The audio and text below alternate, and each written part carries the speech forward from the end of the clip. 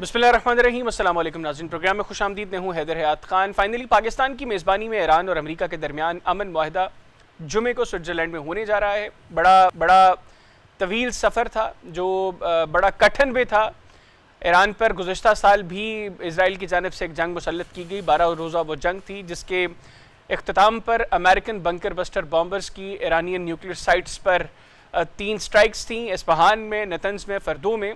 और फिर ये कहा गया कि इसराइल ने ईरान का मिसाइल प्रोग्राम मुकम्मल तौर पर ख़त्म कर दिया है और अमरीकी बंकर बस्टर बॉम्बर्स की स्ट्राइक के बाद अब ईरान का जो न्यूक्लियर प्रोग्राम है वो भी ख़त्म हो गया और ईरान कई साल इससे पीछे चला गया। लेकिन सिर्फ 8 माह के इंतज़ार के बाद एक मरतबा फिर अमरीका और इसराइल की जानिब से ईरान पर हमले किए गए। 28 फरवरी को इन हमलों का आगाज़ हुआ।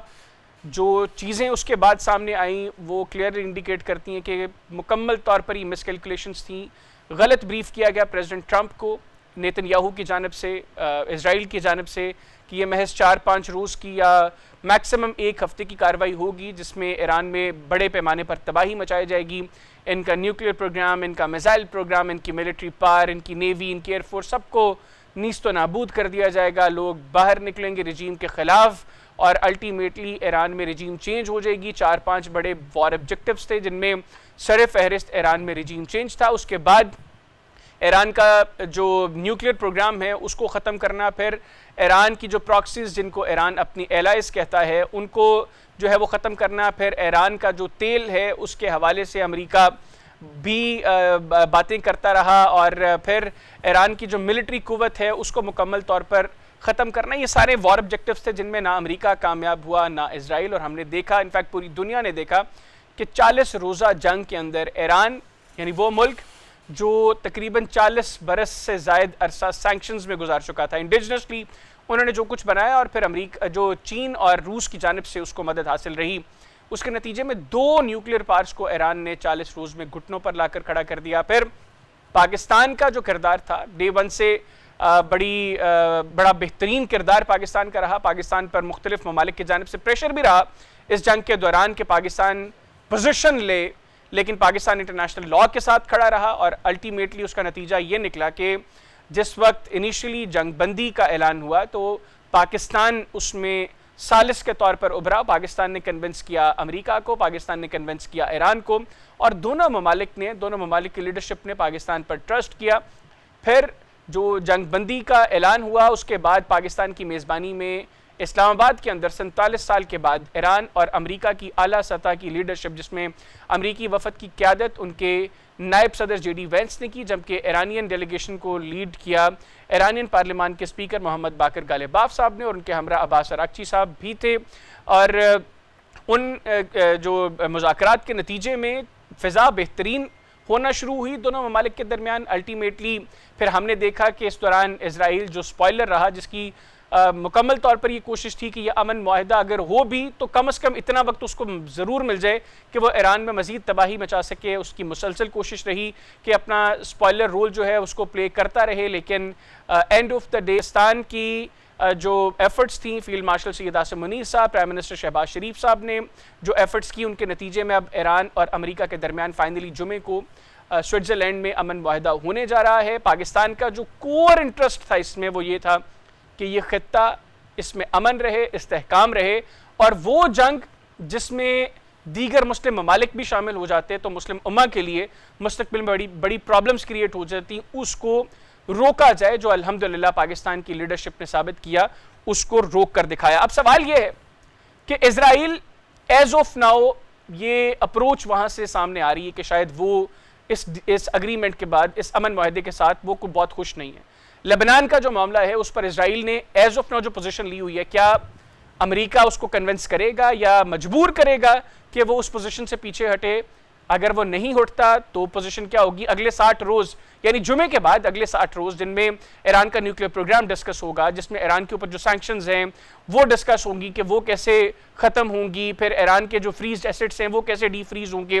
ये जो सारा प्रोसेस है ये किस बेहतरीन अंदाज में जो है ये आगे बढ़ सकता है, इस पर भी प्रोग्राम में गुफ्तगू करेंगे। फिर भारत में सफ़े मातम बिछा हुआ है, चीखने की रोने की आवाज़ें भारतीय वज़ीर आज़म के दफ्तर से आ रही हैं, उसकी वजह क्या है, इस पर भी प्रोग्राम में गुफ्तगू करेंगे। और इन तमाम चीज़ों पर गुफ्तगू करने के लिए प्रोग्राम के पहले हिस्से में मेरे साथ इस्लामाबाद से वीडियो लिंक पर मौजूद हैं सरदार मसूद खान साहब, साबिक मुस्तकिल मंदूब हैं पाकिस्तान के अक़वाम मुत्तहिदा में, पाकिस्तान के साबिक सफ़ीर रह चुके हैं अमरीका में। Sir, thank you very much, आपने प्रोग्राम के लिए वक्त निकाला।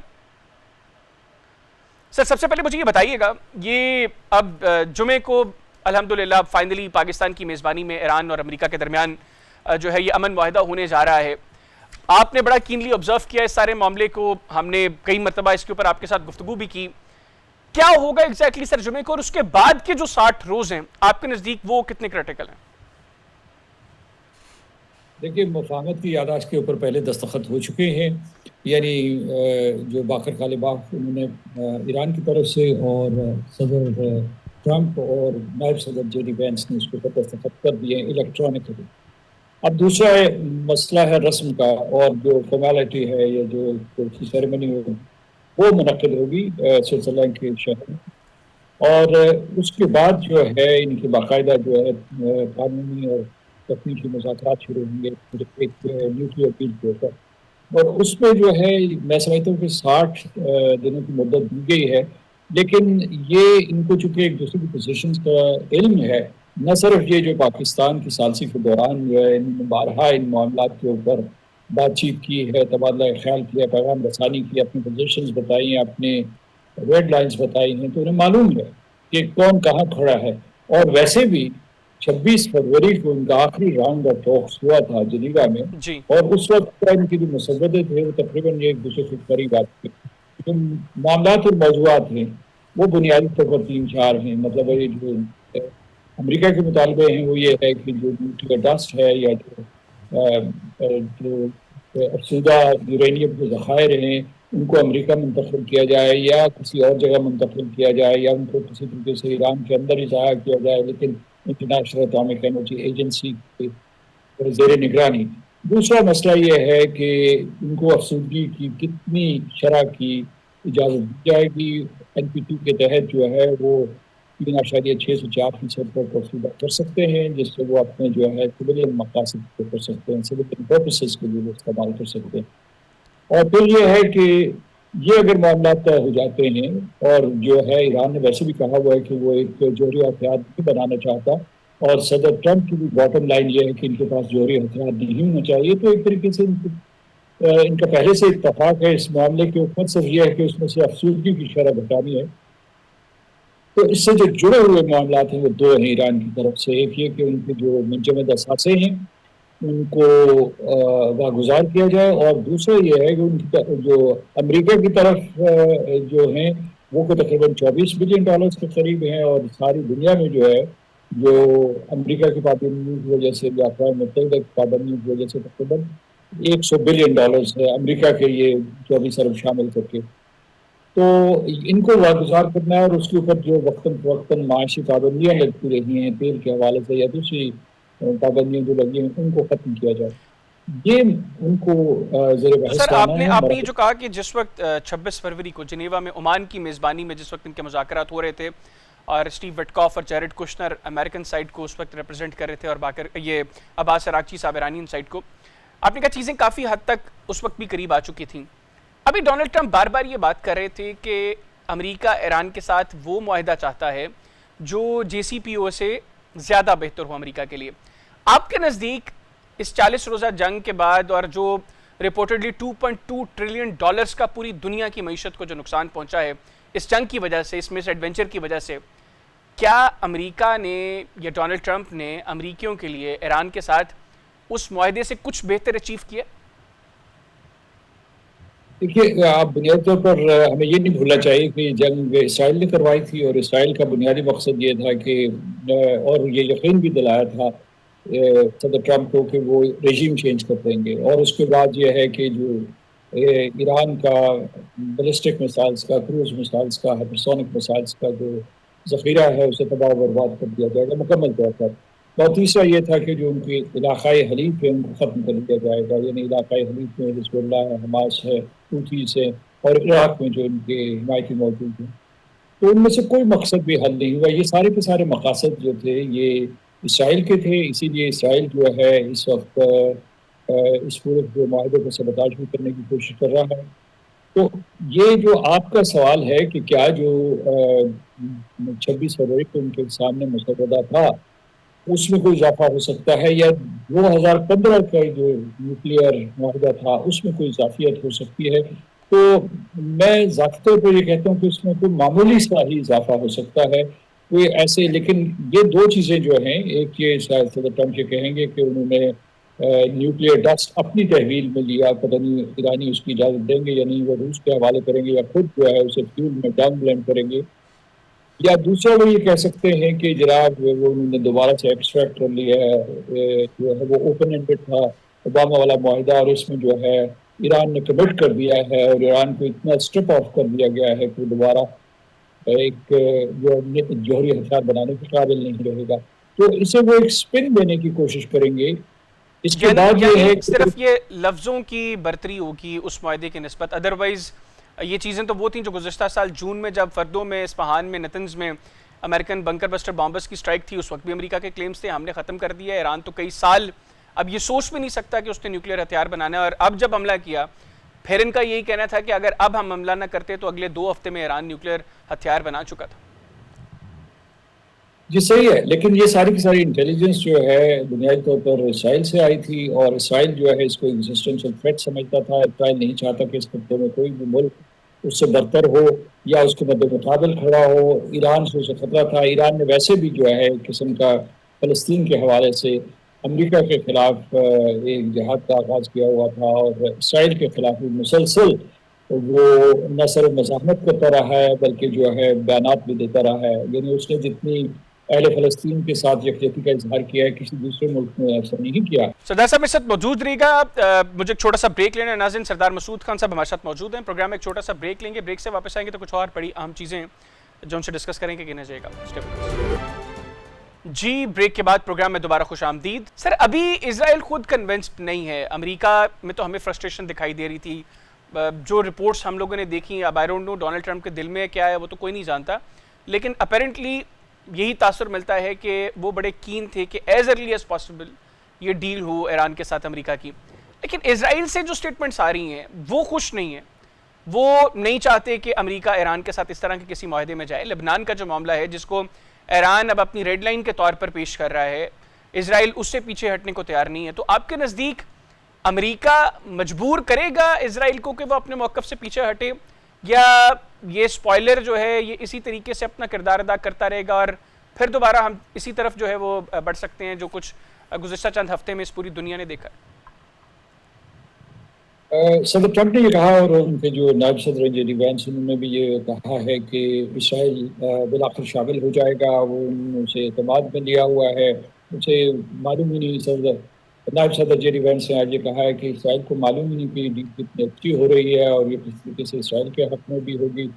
तो ये इस किस्म का वो लॉलीपॉप दे रहे हैं, लेकिन मैं समझता हूँ कि इसराइल जो है उसकी अपनी मजबूरियाँ हैं। मतलब उसके अपने नुक्ता नज़र से सोचें, उसकी एक मजबूरी ये आ गई है कि इंतखाबात होने वाले हैं, और जो काबीना में इंतहा पसंद लोग इसकी वज़ीर-ए-आज़म नेतन्याहू कोalition में शामिल हैं, वो इनको निशाना तनक़ीद बना रहे हैं कि आपने अपने अहदाफ तो हासिल किए ही नहीं, आप अमेरिका के सामने झुक गए हैं। और उधर से बड़े सख्त जारहाना बयानात आ रहे हैं कि हम अमेरिका की ताबे नहीं हैं और अमेरिका की हर बात हम सुनने के लिए तैयार नहीं है। अपोजिशन ने उन्हें आड़े हाथों लिया। वो कहते हैं कि जनाब इस वजह से इसराइल का नुकसान हुआ, उसकी हज़ीमत हुई, उसकी जगह हसाई हुई।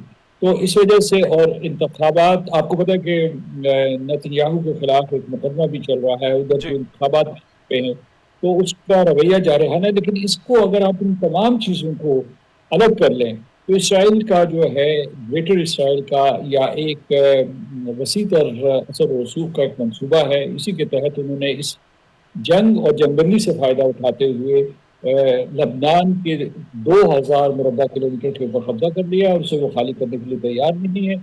उसके बाद जो है उन्होंने गज़ा में जारियत की कार्रवाइयाँ तेज़तर कर दी हैं, और मकबूजा फ़लस्तीन में उन्होंने गैर कानूनी आबादकारी की शरह बढ़ा दी है। बल्कि ये है कि जो 2-3 दिन पहले उन्होंने 19 नई आबादकारियों का ऐलान किया है, और वो वैसे भी ये अपनी कनेसेट से मंजूर करवा चुके हैं कि मकबूजा फ़लस्तीन को वो रियासत इसराइल के साथ जम कर देंगे।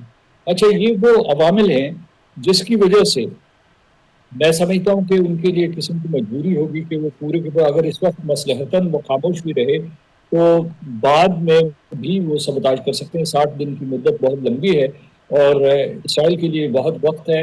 उसके साथ साथ ये है कि अब्बास अराक्ची साहब ने आज बयान दिया है कि जामे जंगबंदी का मतलब ये है, ये 60 दिनों के लिए हो रही है, उसका मतलब यह है कि फौरी तौर पर लबनान में न सिर्फ जंगबंदी होगी बल्कि इसराइल अपनी फौजों को वहां से मकबूजा इलाके से निकालेगा। जो इसराइली ज़राए उसकी तरदीद कर रहे हैं, और बल्कि जो है उनका बड़ा जो रवैया है वो बड़ा जारहाना है, वो और अमेरिका के खिलाफ भी।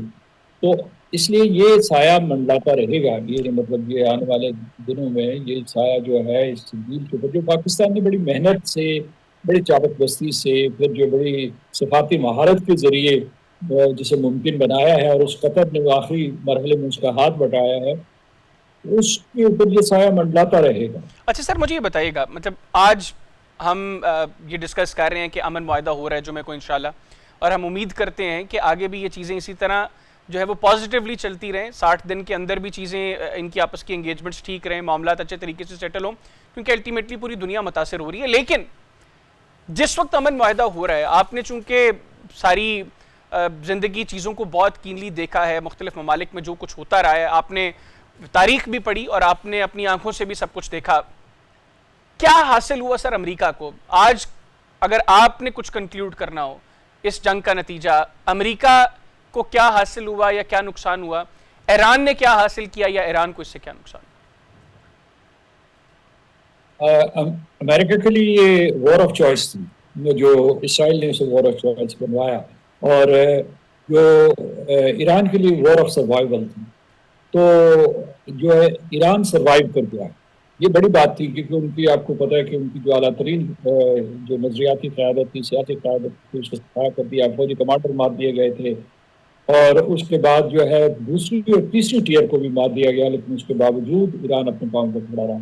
अमेरिका उसके मुकाबले में जो दुनिया का लीडर है, और उसके बाद जो उसे कहते हैं सोल पार कहते हैं, अभी आगे बढ़ रहा है, तो उसने ये किया कि उसने बहुत कुछ खोया। मिसाल के तौर पर उससे जो है मगरबी यूरोप के सारे उसके हलीफ उससे दूर, खलीजी रियासतों का एतमाद अमेरिका से उठ गया। उन्होंने कहा कि ये तो महफूज नहीं रख सकते। उसके अलावा जो उनके एशियाई हलीफ है, मिसाल के तौर पर साउथ कोरिया हो गया या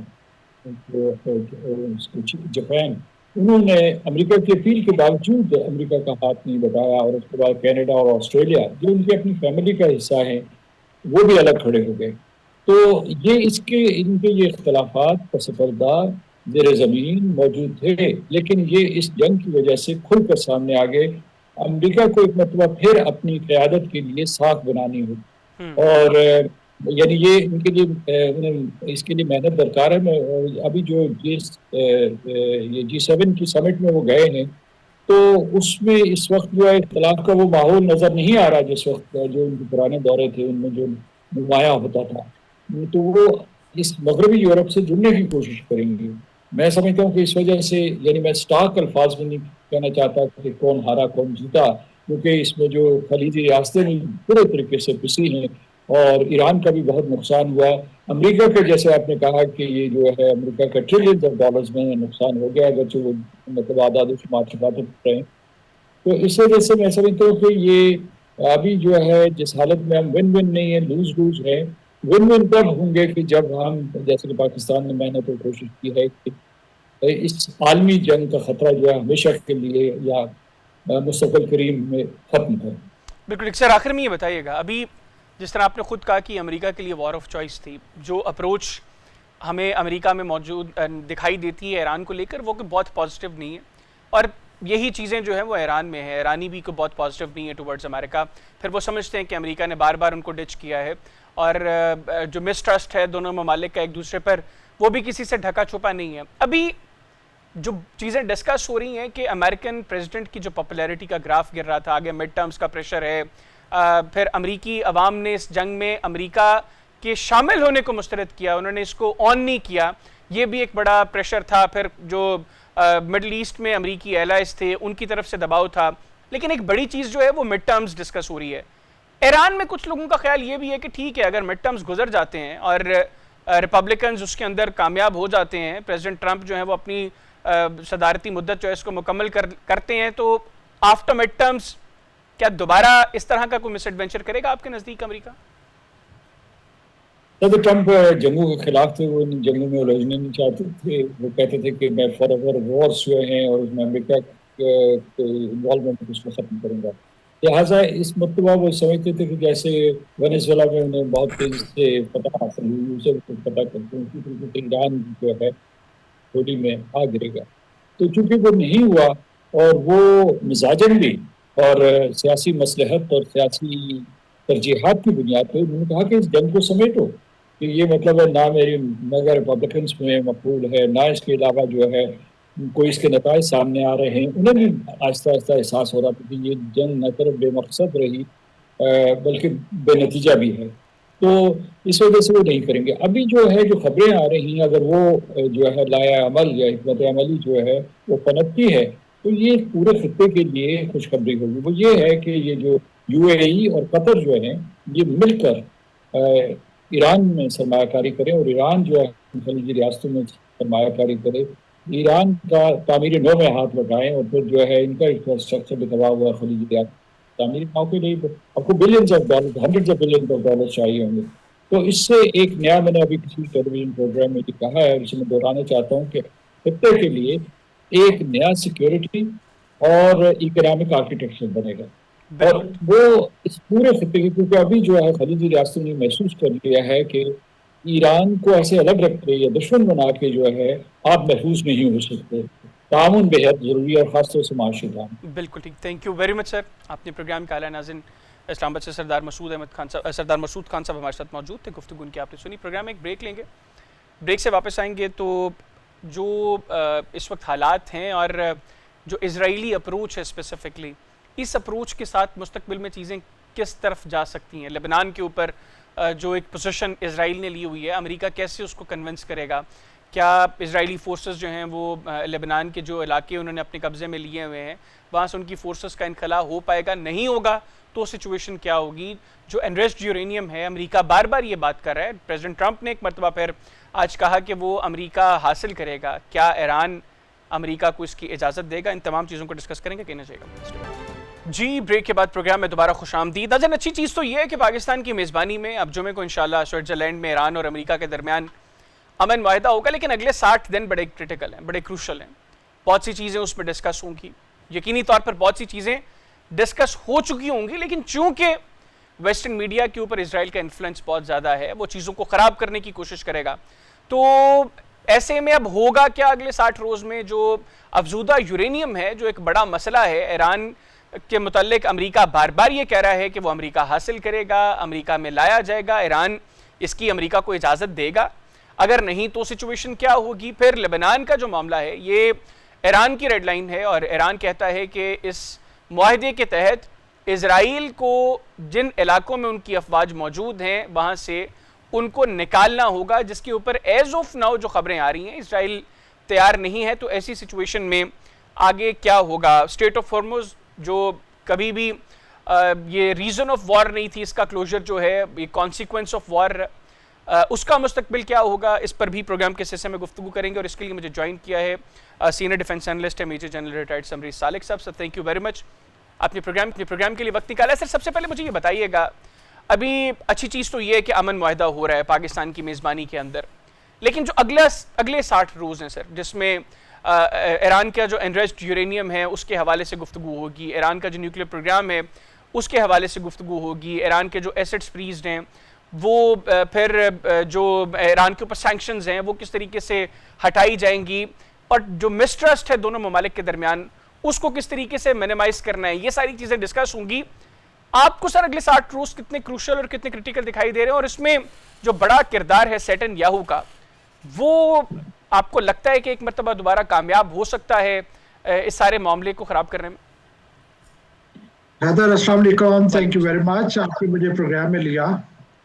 देखिए, जो हमें ज़रूरी है चीज़ समझने की वो ये है कि अमेरिका की जो तमाम मिलिट्री ऑप्शंस थी वो एग्जॉस्ट हो चुकी हैं जी।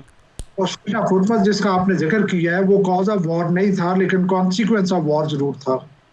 और स्ट्रेट ऑफ हॉर्मज़ के ब्लॉक होने की वजह से ये जो बायलैटरल जंग थी, एक तरफ अमेरिका और इसराइल और दूसरी तरफ ईरान, इसका दायरा इख्तियार बढ़ गया और पूरी दुनिया की जो इकोनॉमी है वो इम्पैक्ट होना शुरू हो गई। तो अभी ये क्रिटिकल था अमेरिका के लिए कि स्ट्रेट ऑफ हॉर्मज़ को ओपन किया जाए और ग्लोबल ट्रेड को नॉर्मलसी की तरफ लाया जाए। तो मेरे नज़दीक ये एक एग्रीमेंट हो रहा है, एक मेमोरेंडम ऑफ अंडरस्टैंडिंग साइन हो रहा है, जो कि डिजिटली साइन हो चुका है। और जो फॉर्मेलिटी है वो जो आप जैसे आप जिक्र कर रहे हैं कि 7 डेज के बाद होगा, वो मेरे नज़दीक एक क्रिटिकल रिक्वायरमेंट बन चुकी है। इसराइल तो उसके ऊपर फुली ऑन बोर्ड नहीं लगता।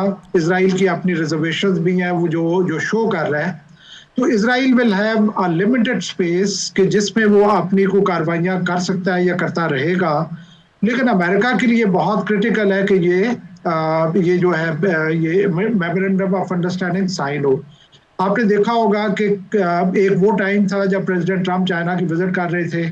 उस वक्त ख्याल था कि शायद उस विजिट से पहले या उस विजिट के दौरान ये किसी ना किसी एग्रीमेंट पे पहुंच जाए, नहीं हो सका। फिर उसके बाद और 2-3 बेंचमार्क्स आए। फिर जो 14th ऑफ दिस मंथ थी, जो कि प्रेसिडेंट ट्रम्प की बर्थडे थी, उसका ख्याल सोचा गया शायद इसको हो जाए। तो मेरे नज़दीक अमेरिका बहुत हेस्ट में था कि किसी फॉर्म में हम कोई मेमोरेंडम ऑफ अंडरस्टैंडिंग तक पहुंच जाए। सही। जो बात है न्यूक्लियर की, वो तो इस मेमोरेंडम ऑफ अंडरस्टैंडिंग का बेसिक मकसद है कि लड़ाई खत्म हो और नॉर्मलसी आए ग्लोबल ट्रेड में। फिर सब्सिक्वेंटली 60 डेज लगेंगे जिसमें कि डिस्कशंस होंगी ईरानियन डिमांड्स के ऊपर और अमेरिकन डिमांड्स के ऊपर। फिर जाके आफ्टर 60 डेज शायद कोई फाइनल एग्रीमेंट होगा जो कि जिसको प्रेसिडेंट ट्रम्प जो है वो शोकेस कर सकते हैं। तो सर वो आफ्टर 60 डेज क्या पोजीशन होगी? मतलब ये जो इनिशियल लेटर ऑफ इंटेंट है या मेमोरेंडम ऑफ अंडरस्टैंडिंग है वो साइन हो जाता है, आफ्टर नेक्स्ट 60 डेज क्या होगा? फिर जो एनरिच्ड यूरेनियम है उसके ऊपर ईरान की पोजीशन क्लियर है कि ये किसी सूरत हम अमेरिका के हवाले नहीं करेंगे। और प्रेसिडेंट ट्रम्प तो बार बार ये कह चुके हैं कि ये अमेरिका हासिल करेगा, इसको अमेरिका में लाया जाएगा। अगर वो नहीं लेकर जाते तो डेफिनेटली उनके जो पॉलिटिकल ओपोनेंट्स हैं वो उसके खिलाफ उनको इस्तेमाल करेंगे, जो प्रेसिडेंट ट्रम्प कभी नहीं चाहते होंगे। सेकेंडली, जो स्ट्रेट ऑफ हॉर्मुज़ का मामला है, आज फिर प्रेसिडेंट ट्रम्प ने कहा कि ना इन 60 दिनों में ना इसके बाद ईरान इसके ऊपर कोई टोल चार्ज करेगा। ईरान कहता है कि अब इसमें सिक्योरिटी के हवाले से चीज़ें हम जिस तरीके से अब अगली अरेंजमेंट्स हैं उसमें ईरान और अमान जो है वो इसमें कुछ ना कुछ तो चार्ज करेंगे। अब तो ये चीज़ें फिर अगले 60 दिनों में इनके ऊपर आपको क्या डेवलपमेंट्स होती दिखाई दे रही हैं सर? देखिए, ये फैक्चुअल पोजीशन है कि अमेरिका प्री वॉर या JCPO जो एग्रीमेंट था ओबामा का, उस अमेरिका ने पूरा सर्कल काट के उसी जगह पे पहुंच गया। उस वक्त भी यही एग्रीमेंट्स थे कि ये न्यूक्लियर वेपन नहीं एक्वायर करेंगे ईरानियंस, लेकिन ये है कि वो उसको नल किया गया। उसके बाद ईरान के साथ तल्लुकात ख़राब हुए, फिर मज़ीद जंग की ऑप्शन एक्सरसाइज की गई। सारा कुछ करके America is back to square one. America को अपनी जंग जस्टिफाई करने के लिए एक वॉर ट्रॉफी चाहिए थी, जो कि ईरान उसको देने के लिए तैयार नहीं है। जो न्यूक्लियर पार्ट है वो तो definitely Iran at best guarantees दे देगा। IAEA की इंस्पेक्शन भी उस पर वो एग्री हो जाए, लेकिन ये कि मेरे लिए इट इज़ अनथिंकेबल कि ईरान वो जो इनरिच्ड यूरेनियम है वो किसी को हैंड ओवर करेगा। ये ज़रूर ईरान कर सकता है कि वो एग्री कर जाए कि अंडर सर्टेन सुपरविजन उस प्रोसेस को रिवर्स कर दिया जाए और एक्सेप्टेबल लिमिट्स तक लाया जाए। लेकिन आई डोंट थिंक जो 3 ऑप्शंस हैं, एक तो ये है कि ईरान उसको रिटेन करे, दूसरी ऑप्शन ये है कि उसको रिवर्स करे, तीसरी ये है कि वो किसी और न्यूट्रल कंट्री को हैंड ओवर कर दे for the satisfaction of the US, और चौथी है कि वो अमेरिका को हैंड ओवर करे। तो इसमें इसी प्रोबेबिलिटी में मैं इसको देखता हूँ कि शायद वो इस पे तो एग्री कर जाए कि इसको मैं रिवर्स प्रोसेस कर देता हूँ, लेकिन वो हैंड ओवर का तो सवाल ही पैदा नहीं होता। स्ट्रेट ऑफ हॉर्मुज़ जो है अमेरिका के लिए क्रिटिकल था, क्योंकि ग्लोबल ट्रेड जो है वो इससे इफेक्ट हो रही है, and that is the only reason जिसकी वजह से एक हेस्ट और जल्दी थी कि किसी तरीके से इस एग्रीमेंट तक पहुंचा जाए। तो स्ट्रेट ऑफ हॉर्मुज़ के ऊपर ईरानियंस अपना कोई ना कोई कंट्रोल रखेंगे, जो कि वो कह रहे हैं कि हम जो है वो ओमान के साथ मिल के इसके ऊपर कोई पॉलिसी देंगे। लेकिन जो अगले 60 दिन है उसमें आप देखेंगे कि पिंग पोंग खेला जाएगा। अच्छा। बॉल कभी एक तरफ जाएगी, कभी दूसरी तरफ जाएगी। जैसे आज मैं देख रहा था कि जेडी वांस की स्टेटमेंट थी कि ईरान को $3 बिलियन की वॉर रिपरेशन मिल सकती हैं, लेकिन अगर ईरान कुछ कंडीशनैलिटीज पूरी करे। तो ये नई चीजें आपको इमर्ज होती हुई नजर आएंगी, बड़ी ग्रूसम नेगोशिएशंस होंगी। ईरान इतनी इजीली वो कुछ लूज नहीं करेगा जिसमें लेकिन सर आपने जो पिंग पोंग का जिक्र किया, ये डोमेस्टिक कंजम्पशन के लिए होगा या चूंकि एक 47 साल की राइवलरी है तो नेचुरल है कि ये इस तरह की पोजीशन बनेगी वहाँ पे? देखिए, बात यह है कि एक तरफ तो इसराइल है जो कि जो न्यूक्लियर थ्रेट है वो बेसिकली इसराइल के लिए है, वेरा जो स्ट्रेट ऑफ हॉर्मज़ का जो इशू है वो पूरी दुनिया को इम्पैक्ट करता है। इसराइल अपने ऑब्जेक्टिव्स अचीव करने की कोशिश कर रहा है, लेकिन ये कि अमेरिका के लिए भी बड़ा मुश्किल है कि वो शिकस्त को और अपनी डिफीट को इजीली डाइजेस्ट कर ले। उसने कुछ ना कुछ ऐसी कंडीशंस क्रिएट करनी है, या वो क्रिएट करेगा सक्सेसफुली, या किसी छोटी चीज को बड़ा प्ले अप करके नैरेटिव में शो करेगा कि मैंने जो जंग की है उससे मैंने ये कुछ हासिल किया है। और बेस्ट चीज जो वो शो कर सकता है that is a nuclear deal, जो कि मैं समझता हूँ कि ईरानियंस को पता है वो यानी जो वो पहले ही कर चुके थे वही चीज जो है ये अचीव करेंगे। सर मुझे एक और बड़ी अहम चीज बताइएगा, पाकिस्तान का जो इसमें किरदार था, फील्ड मार्शल सैयद आसिम मुनीर साहब ने जो रोल प्ले किया, प्राइम मिनिस्टर साहब ने, पूरी हमारी जो टीम इस सारे मामले में एंगेज थी, बेहतरीन किरदार पाकिस्तान ने अदा किया। और इसमें कोई शक नहीं है कि अगर ये जंग बंदी ना होती, ये अमन माहदे की तरफ चीज़ें ना जाती, तो अल्टीमेटली ये पूरा खित्ता यानी मुस्लिम ममालिक की आपस में लड़ रहे होते और चीज़ें काफ़ी ख़राब हो जाती। और पाकिस्तान का वाहिद स्टेक जो है वो यही था कि ये सब कुछ ना हो, मुस्लिम ममालिक के दरमियान जंग ना हो, इस रीजन में अमन हो, और पूरी दुनिया को इस वक्त जो एनर्जी और इकोनॉमिक क्राइसिस का सामना करना पड़ रहा है वो सब कुछ ना हो। और यकीनी तौर पर मुस्तकबिल में, और आज भी इवन दुनिया पाकिस्तान के किरदार की इस वजह से मौतरफ भी है, और मुस्तकबिल में ममालिक को इस चीज़ का अदराक भी होगा कि पाकिस्तान ने क्या बेहतरीन किरदार अदा किया। अगर ना करता सर, फिर आज हम कहाँ पर खड़े होते, ये दुनिया कहाँ पर खड़ी होती? अगर मेरे नज़दीक पाकिस्तान का जो किरदार है कमेंडेबल है, हमें फ़ख्र होना चाहिए। देखिए, ये जो थ्रेट इमर्ज हो रही थी, ये तो हमें मतलब you will agree with me कि Pakistan is surrounded by troublesome neighbourhood. एक तरफ इंडिया है जो हर वक्त अपनी एड़ियों पे खड़ा होता है कि पाकिस्तान को किसी तरह डैमेज करे, दूसरी तरफ अफगानिस्तान जिसके साथ हमारी एस्ट्रेंजमेंट चल रही है और कलूजन चल रही है इंडिया और अफगानिस्तान की आपस में, तीसरी तरफ ईरान। यहाँ से जो थ्रेट इमर्ज हो रही थी मेरे नज़दीक वो सबसे ज़्यादा मेनेसिंग थी जी। उसके डेंजर सबसे ज़्यादा थे। उसकी वजह यह है कि अगर ईरान में वो प्रो इजराइल गवर्नमेंट इंस्टॉल करने में कामयाब हो जाते तो ये जो आपका नेशनल इंटरेस्ट है चाइना पाकिस्तान इकोनॉमिक कॉरिडोर, वो बुरे तरीके से हर्ट होता, और मेरे नज़दीक उसकी जो सक्सेस है वो बहुत ज़्यादा क्वेश्चनेबल हो जाती। इसके अलावा इंडियंस ने ये ख्वाब देखना शुरू कर दिए थे कि हम 3 डायरेक्शन से पाकिस्तान को प्रेस करेंगे, ईरान की साइड से, अफगानिस्तान की साइड से, इंडिया की साइड से।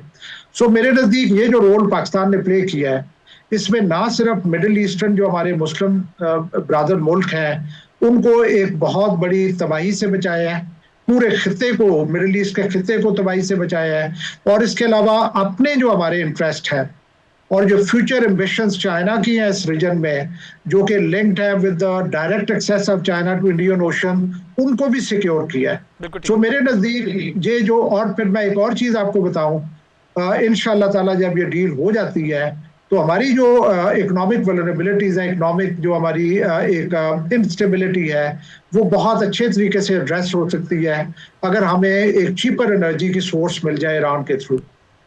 बिल्कुल ठीक। सर आखिर में ये बताइएगा, आपने जिस तरह भारत का खुद जिक्र किया, जिसकी सुबह भी इसके साथ ही होती है कि पाकिस्तान को कैसे नुकसान पहुंचाया जाए, और शाम तक वो यही सोचते होते हैं कि पाकिस्तान को कैसे डिस्टेबलाइज करना है। सर जो घटिया और बदबूदार शैतान इस वक्त भारत में बरसर इक़्तिदार है, नरेंद्र मोदी, वो इस वक्त पाकिस्तान का जिक्र नहीं कर रहा। दुनिया उससे पूछ रही है कि तुम्हें ईरान और अमेरिका की अमन माहदे पर खुशी हो रही है, लेकिन इसमें पाकिस्तान के किरदार पर कोई गुफ्तगू तुम नहीं कर रहे। तो वहाँ पर सर सफ़े मातम की वजह यह है कि फादरलैंड नाकाम हो गई, या चूंकि पाकिस्तान ने सब कुछ किया, दुनिया पाकिस्तान के किरदार की मौतरफ है। जिस पाकिस्तान को यह आइसोलेट करने की बात करते थे, पाकिस्तान ने इस दोनों ममालिक के दरमियान अमन मुआहदा करवा कर उनको आइसोलेट कर दिया। ये वजह है सर सफ़े मातम की। हैदर देखें, एक तो मोदी है, वो एक प्रोडक्ट है एक पूरे सिस्टम का। दूसरा, आपको इंडियन जो सोच है उसको समझना होगा। मैं हमेशा से कहता हूं कि Indians are mean to the core. Indian अपनी छोटी सोच के विक्टिम है। इंडिया एक बहुत बड़ा मुल्क है, एक जायंट है इस रीजन में, लेकिन जो उसकी जो कैपेबिलिटीज हैं वो इनहिबिट होती हैं या रिस्ट्रिक्ट होती हैं छोटी सोच की वजह से।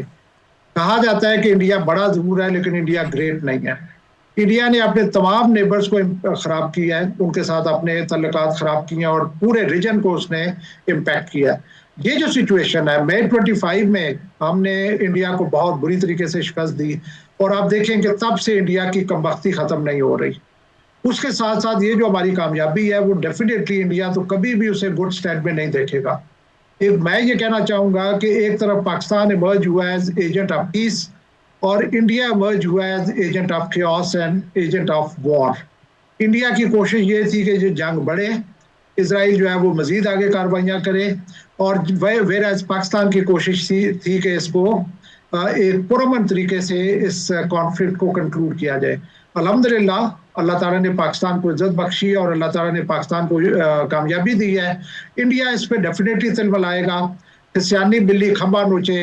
हमें उनकी सिचुएशन पे खुश होना चाहिए, परेशान नहीं होना चाहिए। बिल्कुल ठीक, thank you very much sir, आपने लिए वक्त निकाला। नाज़रीन, major general retired Samrez Salik साहब हमारे साथ मौजूद थे, गुफ्तगू उनकी आपने सुनी। इसमें कोई शक नहीं है कि अल्लाह ताला के फजल से पाकिस्तानी कौम को गुज़श्ता साल मार्का हक में फ़तह हुई। हमने अपने से कई गुना बड़े दुश्मन को सिर्फ शिकस्त नहीं दी, इबरतनाक शिकस्त दी।